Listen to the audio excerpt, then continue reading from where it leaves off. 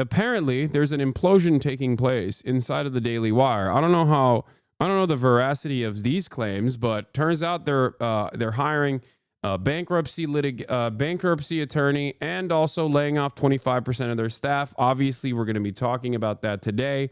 This is something that your boy has been talking about for quite a bit, as a matter of fact. You guys know this already.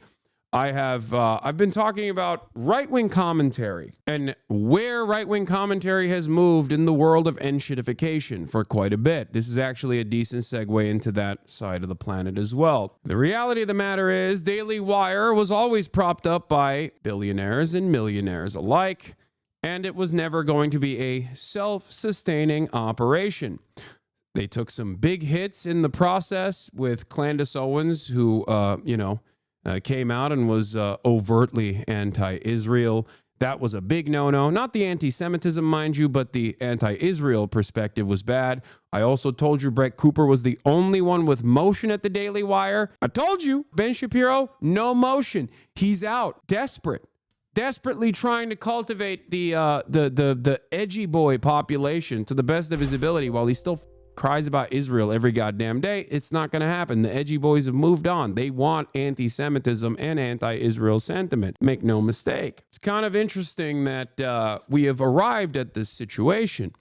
On the other side, of course, you have the Asmongoldian rise. Obviously, that is seemingly what people want. People want someone that resembles them to look over a Donald Trump video and just go, yeah, based. Oh boy. Don't make me tap that sign again. I told you this. I told you this for months. I told you this. What if ever? And here is the proof in the pudding. Let's take a look at Ben Shapiro's videos. Oh my God. Barely cracking. Derek Chauvin, 19,000 views.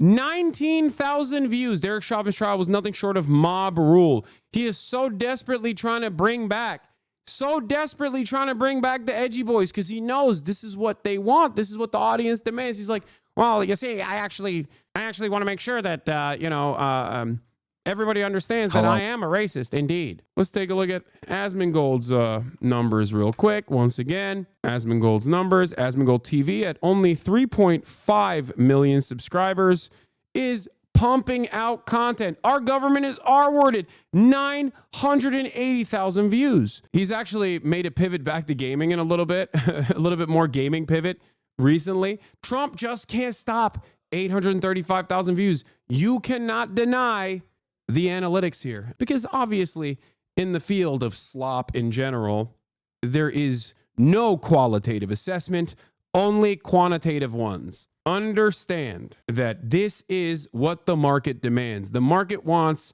a sweaty dude that resembles the market itself. They don't want a clean-cut Ben Shapiro to take this smarmy, entitled, educated, elitist attitude. They want Asmongold. They've spoken.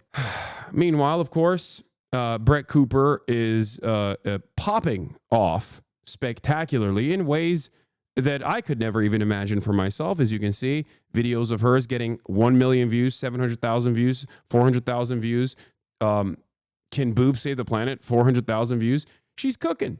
She's cooking big time. And I said this. I said that she was cooking already. When she was at the Daily Wire, I repeatedly told you she was the only one with motion at the Daily Wire alongside Candace Owens. And now, lo and behold, the right-wing media ecosystem is unironically crippling under the load-bearing weight that the Trump administration's success has cultivated for them. Too many options, too much success. They're suffering from their success, and the only ones who actually can move in this volatile, fluid marketplace is Brett Cooper and Candace Owens and people that can come across as younger or come across as more personable than the likes of Ben Shapiro, who still represents a Fox News adjacent point of commentary. This is the problem. This is something that Benny Boy will never be able to achieve unless he decides to start talking about, titties in video games or whatever the culture warriors care about now.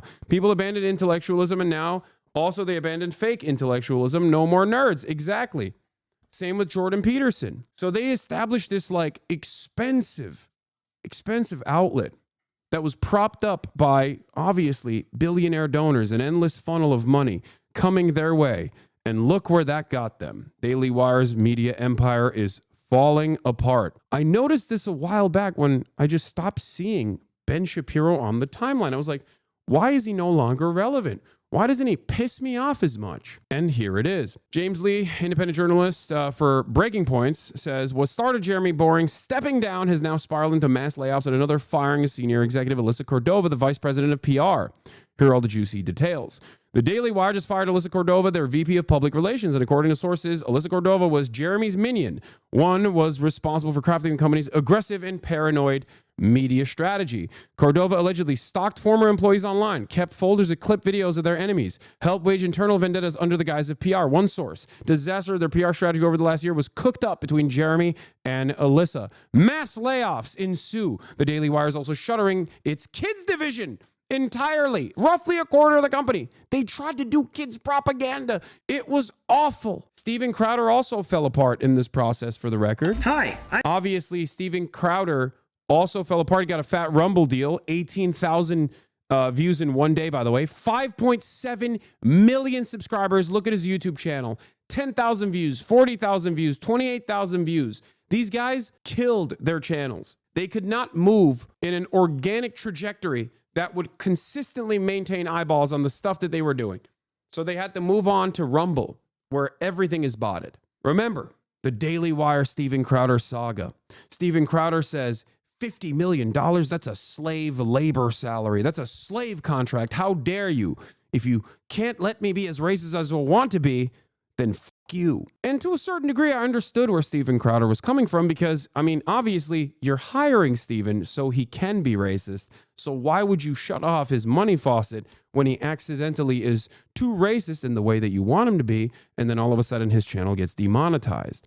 That was the entire point. But all of these guys are falling apart. This is the old guard of conservative independent media. And because the market is so incredibly flooded with right-wing commentary everywhere you look, people want something more. They don't want a boring man to just tell you, this is what you need to think. They want someone to have a right-wing perspective that is simple to consume and simpler to understand for an increasingly dumber audience that is going to cover what really matters, which is titties and video games. And the correct animation for the bouncy boobular region looks like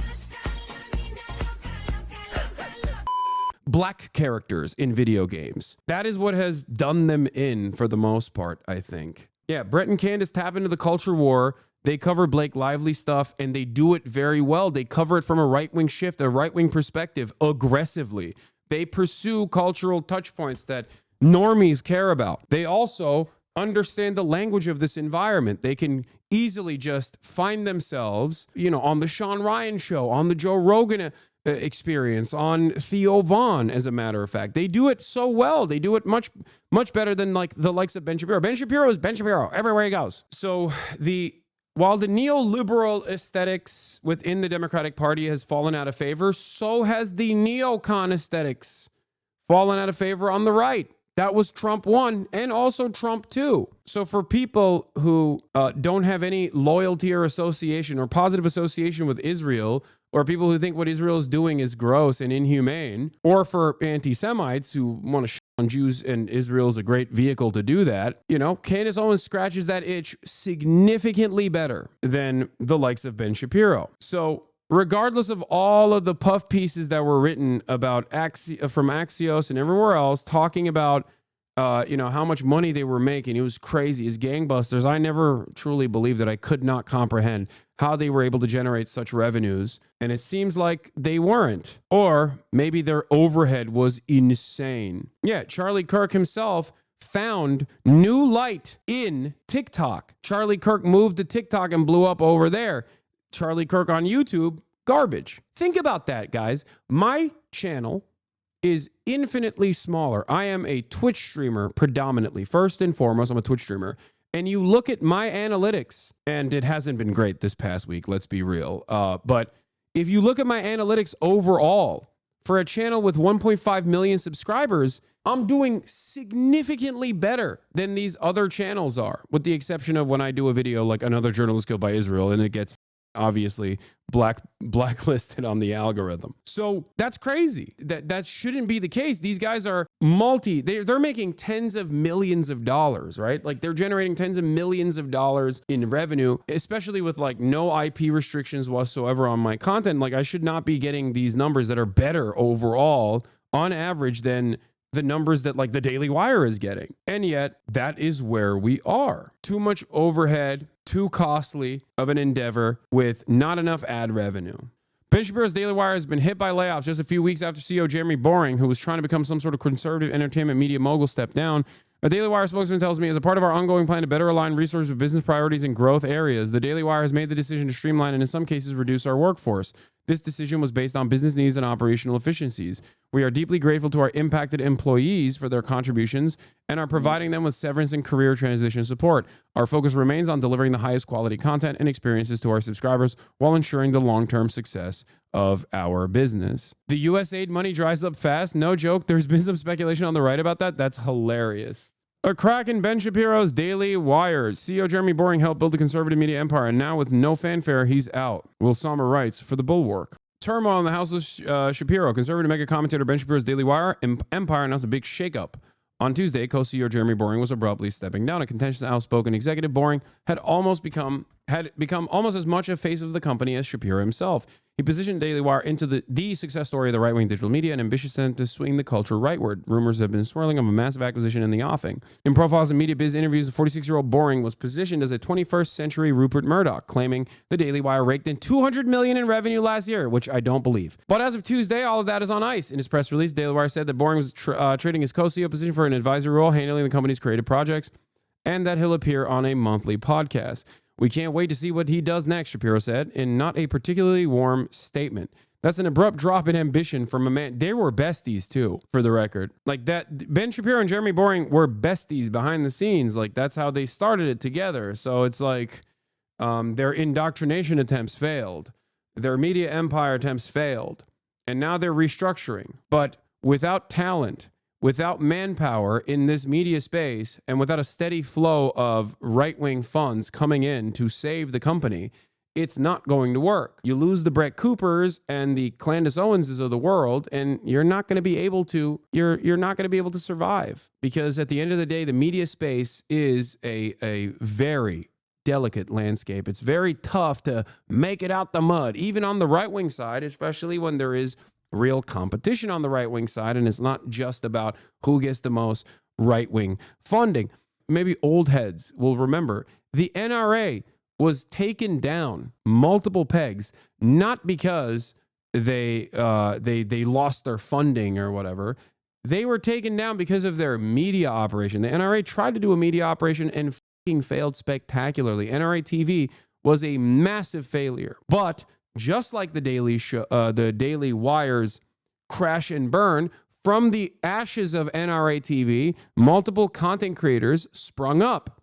Dan Bongino is an NRA TV guy, just like Brett Cooper is a former Dailywire commentator. Think about that. Dan Bongino, who is now the deputy director of the FBI, and before that, a relatively successful podcaster with a fat Rumble check, I suspect, because he was always on Rumble, became a known entity as a consequence of NRA TV. So these guys, all they do is prop up media talent, and then they fall apart because it's not a consistent endeavor. It's an endeavor that requires a tremendous amount of backing. In November, interview on Puck's Grill Room podcast, Boring said he wanted to turn Dailywire into the next New York Times and that he fell asleep every night dreaming of selling the company for a big payoff. So much for that.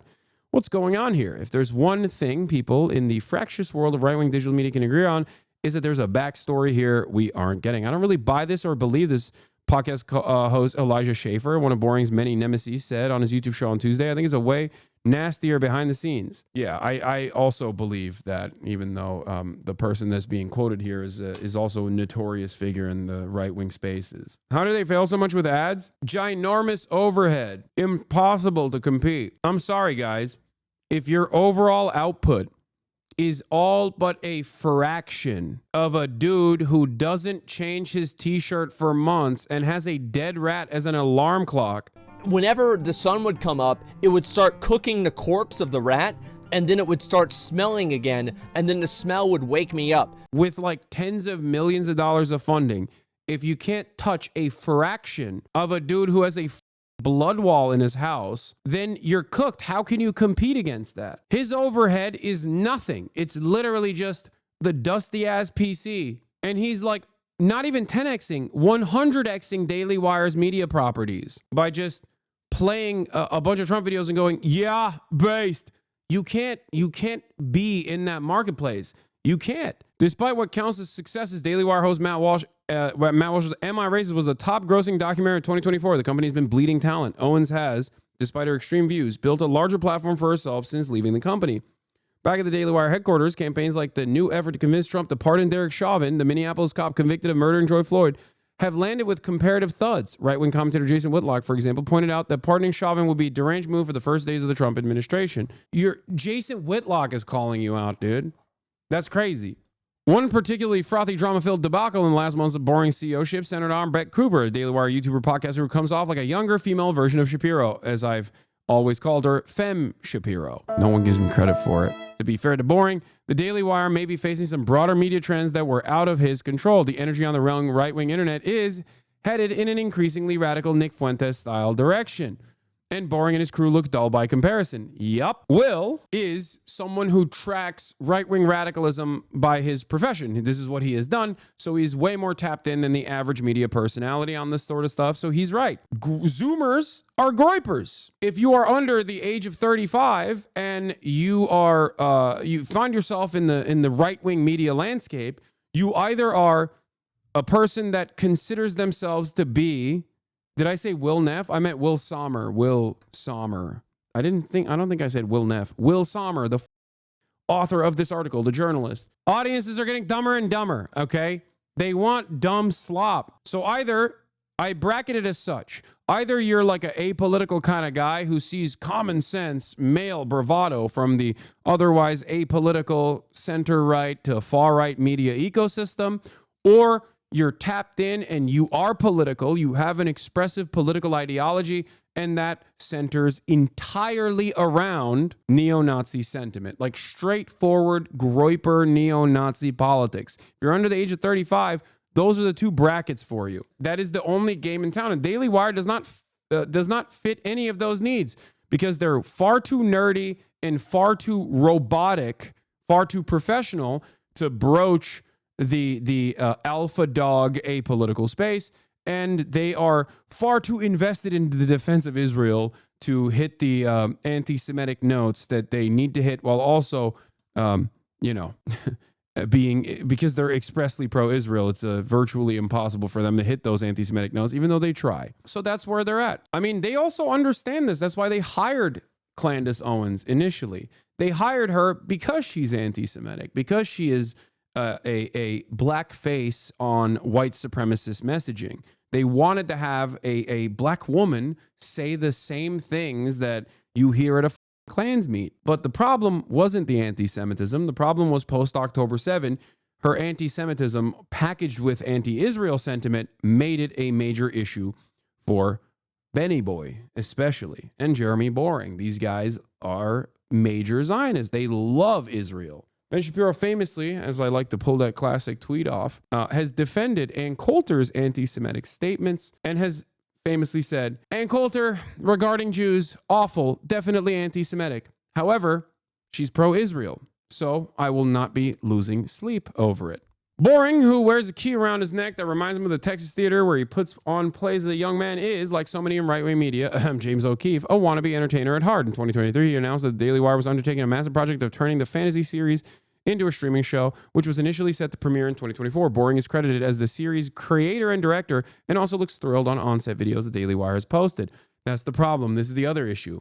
A lot of these guys couldn't cut it in Hollywood. They're failed theater kids. So when they're failed theater kids, they never let that go. And they always falsely assumed that they failed in Hollywood because Hollywood is too woke and not because their output is dog shit. That is the issue. So when they engage in these creative endeavors that have to be standalone projects, because at the end of the day, your political motivations are not going to be enough for you to sit through 2-hour pieces of media, right? Especially in the age of shortening attention spans, it's just not going to happen. You have to make good product.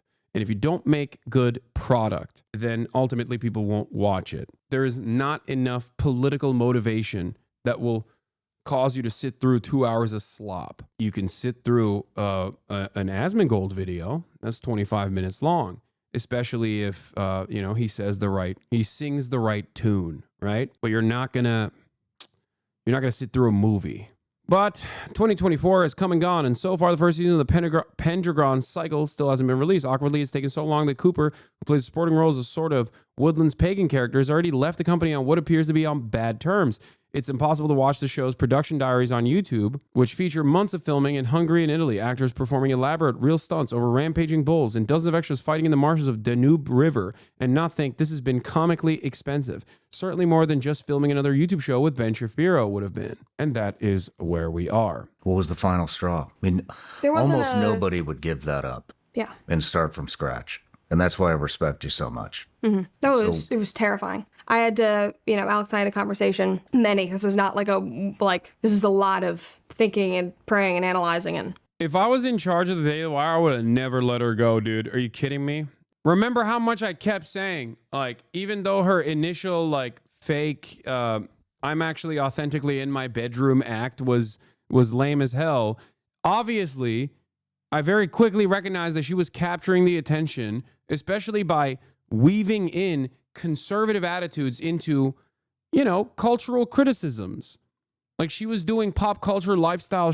She was younger, more vibrant, and also able to not make annoying, bland, conservative propaganda the centerpiece of her commentary. That's why she succeeded, and that's why she's still succeeding. We looked at each other and we're just kind of like, we basically willing to lose everything and start from scratch? Because again, we had, Alex had just started his own business. We had bought this farm that was a stretch, but we really wanted it. And I was like, I could leave and it could backfire on me immediately. Nobody could care. Maybe I wouldn't make any money. Maybe I would have no anything. And I basically just had to decide, does that matter to me?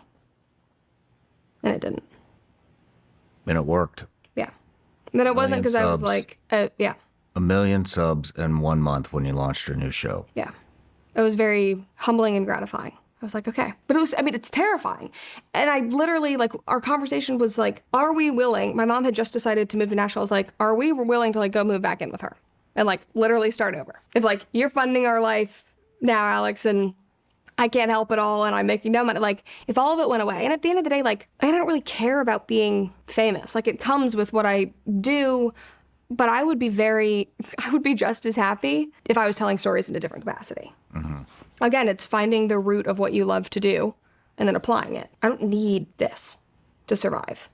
I don't crave it. I do it because I love sharing stories with people. I love hopefully making them think differently about the world. I love making people feel like they're not alone in whatever they're going through, whether that's on my subscription platform where we do. Bro, this is literally verbatim, bar for bar, what I say, except for, base boosted on the right-wing side. She's talked about rebranding herself as a pop culture commentator to reach a more ideologically varied audience. Her first video with her YouTube rebrand was on Blake Lively and Justin Baldoni. Exactly. This is low-key. I have these interests myself, right? These are organic interests that I have, and I certainly lean into them. And in the process, I want to make sure that people have a semblance of charitability towards the things that I talk about from the perspective that I talk about, so that they see the world in a different way. Are you not a clout goblin? See, that's what I mean. This is the stupid, the stupid method of this is, he's just a clout goblin. The difference here is that there is a project here. There's an ideological project here. And I think a lot of people get it and some people don't. So they just have a stupid perspective on it and they go, you're a clout goblin. Yeah, sure. Okay. The question I have for you is that if all I cared about was clout, why the would I talk about Israel all the goddamn time? Are you stupid? Especially in the way that I talk about it, where I also don't even entertain a second of anti-Semitic commentary on the subject matter. If I wanted clout and I had an anti-Israel position, You bet your fucking ass if all I gave a about was clout and not like presenting my vision for the world, I would be anti-Semitic as Look at all the top anti-Israel commentators that get so much motion on the matter. It is quite literally uninterrupted, full-blown, the Jews are responsible for it. Either I would never mention Israel or never mention any politics whatsoever and just simply talk about, like, you know, other have fun, you know, and do like silly content. Or if I were to do politics, I would just be right wing. That's it. Like, there is no reason. I was literally about to compare the way you two explain your passions in a very similar fashion. Yes, I think what she's saying here is really interesting because I even suspect that she might be cribbing my shit a little bit, because this is what I have said in interviews down to like the verbiage that she's using. And we already know that they were jacking my shit at the Dailywire when she first started. So especially in like female centered spaces too, as Taylor Lorenz reported on, there's a lot of pop culture commentary that is like expressly right wing. It's really interesting. It's not just the male dominated space on the independent side of online news and online commentary that's like super right wing, where your expectation from a fitness content creator is that they're going to say some suspicious shit. I think even like T channels and drama channels also participate in this, and they have like a predominantly female audience. I got sana tavuk aldım bir de şey yine köfte. Yeah. Also, she's not super pro-Israel, it seems. Oh, Brett liked this post from Candace. Yeah, of course. Dude, you can't be in that age group and just like express a super pro-Israel sentiment. You're literally just like whittling away your audience. That's it. There's a market for it, but that market is in like mostly liberal spaces.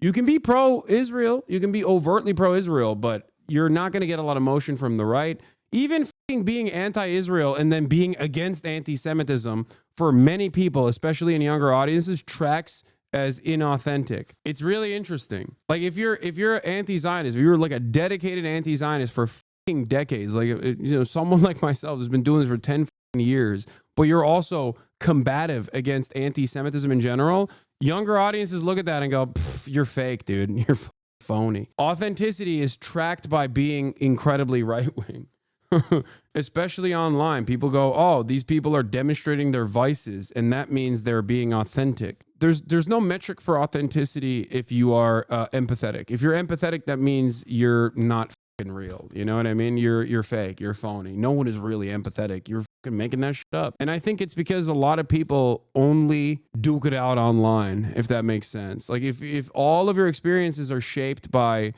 if all of your interpersonal relationships and all your experiences are shaped by online back and forth, then yeah, that's very different than how you would operate in the real world.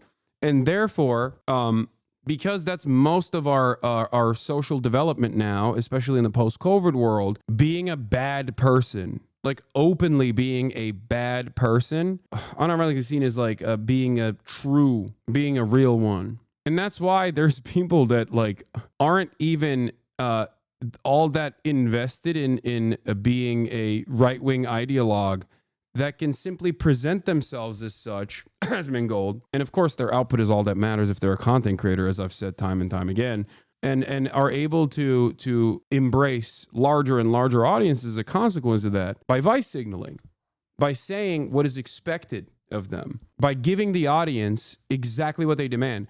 And there are moments of honesty in that process where, like, Asmon will sometimes be like, yeah, I don't care about this. I'm just saying it, you know? Or, yeah, I'm saying it because it's popular. What are you going to do about it? Trump kind of tapped into this too. Trump tapped into this. He is honestly dishonest. He is honestly dishonest. And people see that as like a measure of authenticity that is virtually impossible for anyone on the left to capture, especially if your values are motivated by being empathetic to others.